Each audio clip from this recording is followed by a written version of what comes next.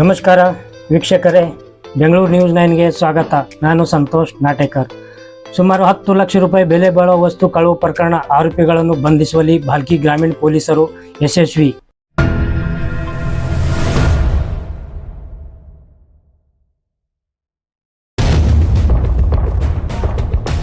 ಲಕ್ಷ ರೂಪಾಯಿ ಬೆಲೆ ಬಾಳುವ ವಸ್ತು ಕಳವು ಪ್ರಕರಣ, ಆರೋಪಿ ಬಂಧನ.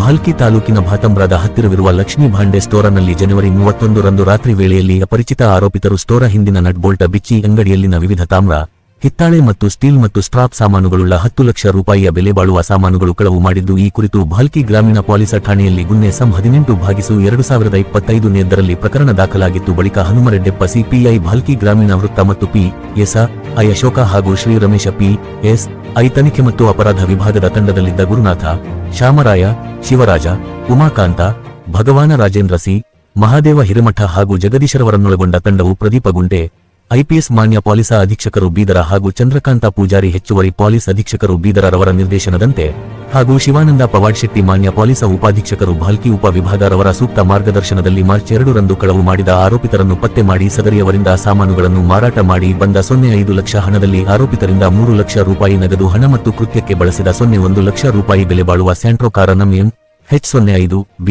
L 2171 ಮತ್ತು 0.3 ಲಕ್ಷ ರೂಪಾಯಿ ಬೆಲೆ ಬಾಳುವ ಬುಲೆರೋ ಪಿಕಪ್ ವಾಹನ ಸಂ KA32 AA 1411 ಒಟ್ಟಾರೆ 0.7 ಲಕ್ಷ ರೂಪಾಯಿ ಮೌಲ್ಯದ ಸ್ವತ್ತನ್ನು ಜಪ್ತಿ ಮಾಡಿ ಸದರಿ ಆರೋಪಿತರಿಗೆ ನ್ಯಾಯಾಂಗ ಬಂಧನಕ್ಕೆ ಕಳುಹಿಸಲಾಗಿದೆ.